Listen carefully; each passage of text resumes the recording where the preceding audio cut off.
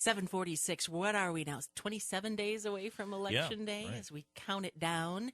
And you're being bombarded with radio and TV ads and robocalls and everything else regarding the proposals. There are 6 of them that we'll be voting on Election Day. And chiming in on them this morning, Governor Rick Snyder. Good morning, Governor.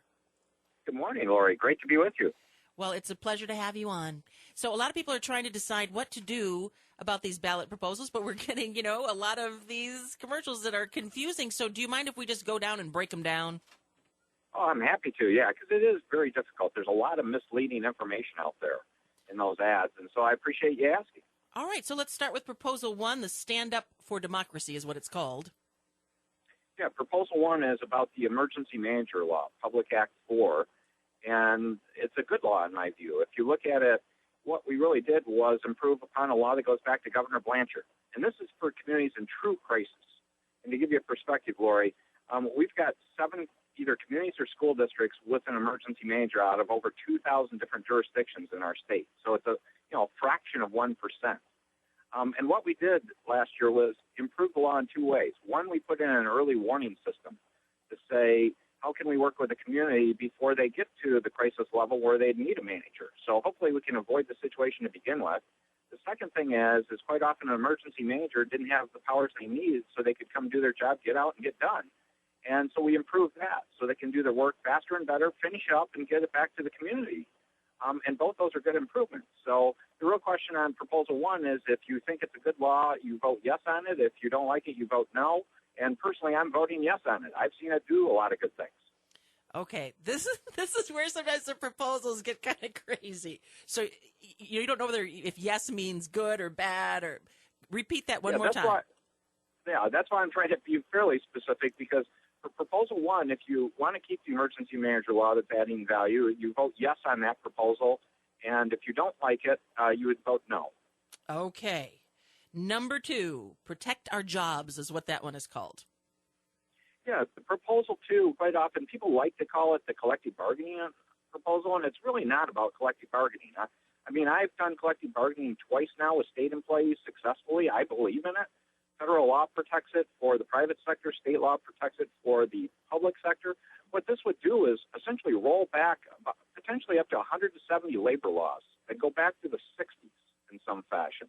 And so it'd be a huge step back in terms of saying now it really reopens all these areas for negotiation and lawsuits and everything else. And I'm really concerned it could mess up our economy. We're making a good comeback now. We're the comeback state, and this would be a huge step backwards because I don't think people are excited about what went on in 2008, 2009.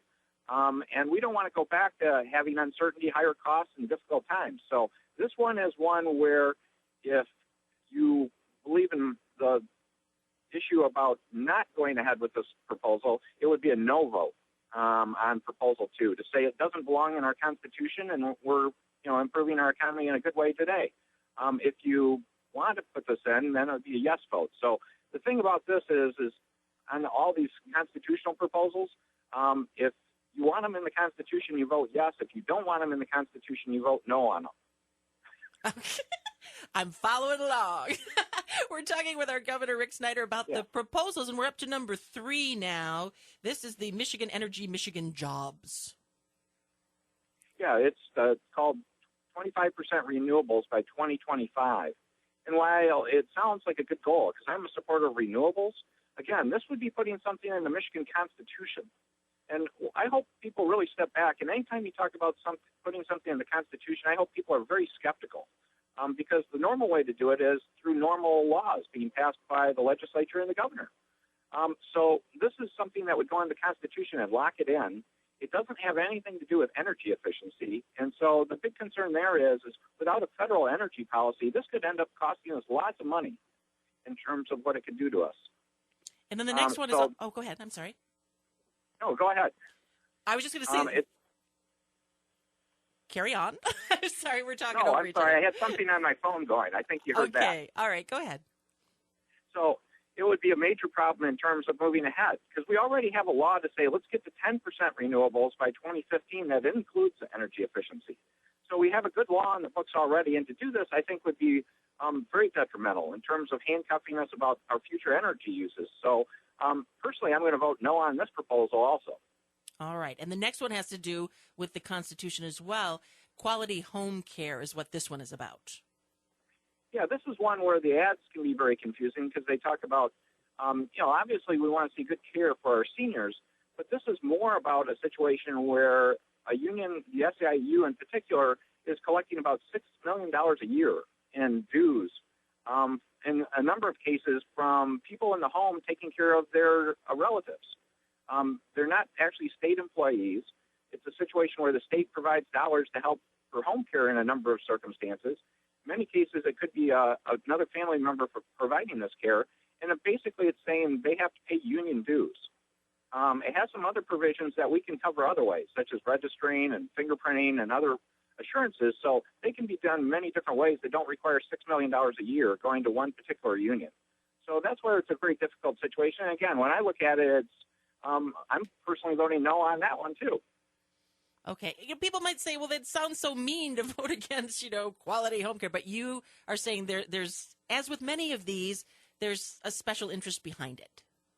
Yeah, if you look at the constitutional proposals, all 5 of them, proposals 2 through 6, it's largely a special interest saying, they're not getting what they want or they didn't like how we're reinventing Michigan. And it's an opportunity for them to say, let's put something in the Constitution that really handcuffs us for the long term to benefit a special interest. So overall, the easy way I view it, because it's confusing to a lot of people, is when I go on the ballot booth, I'm simply saying I'm just thinking yes on one and no on the rest, because all those other 5 are constitutional amendments that in a lot of cases I just don't think they belong in the Constitution to begin with, besides being bad public policy. Let's talk about 5, this Michigan Alliance for Prosperity. What is that all about? Yeah, that's to say you need a 2/3 vote to raise taxes, is literally what it kind of says, but it has much broader implications.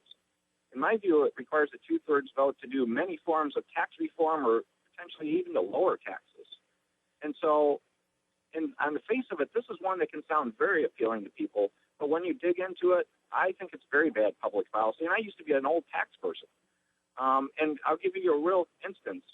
We were able to get rid of the Michigan business tax, a job-killing tax that was awful for our small and medium-sized businesses, and they've been able to add a lot of jobs because we got rid of it.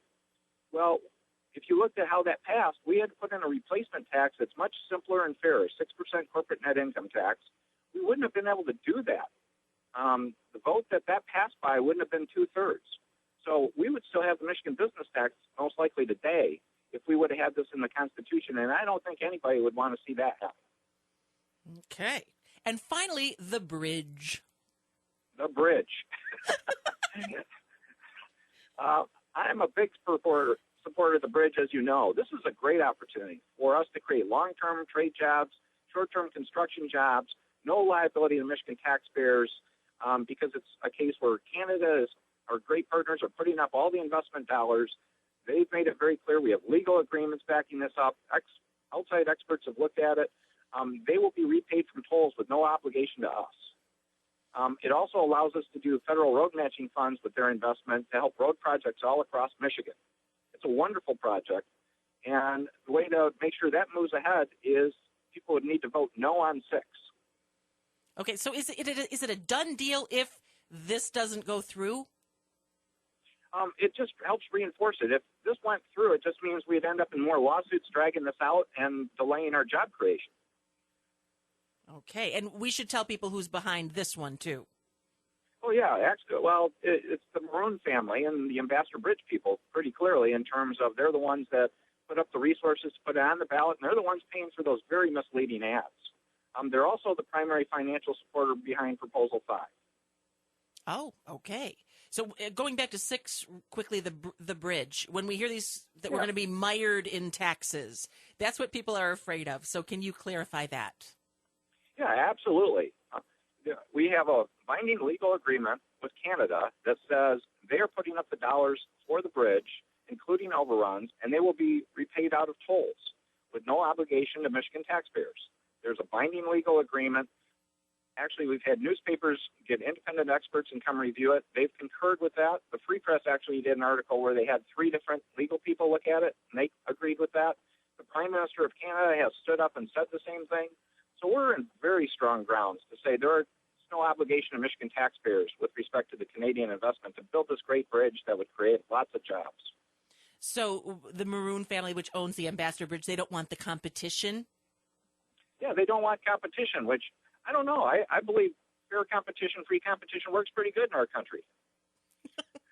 Well, we appreciate your perspective on these. And just to recap, you, Governor, are going to be voting yes on one and no on the rest. You got it, Lori. It's a very simple mantra because it's hard. You got all these misleading ads and you go in and see a long ballot. So I tried to sum it up for myself in a very simple sense, and you got it perfectly correct. It's a pleasure having you on this morning. Thank you so much for joining us.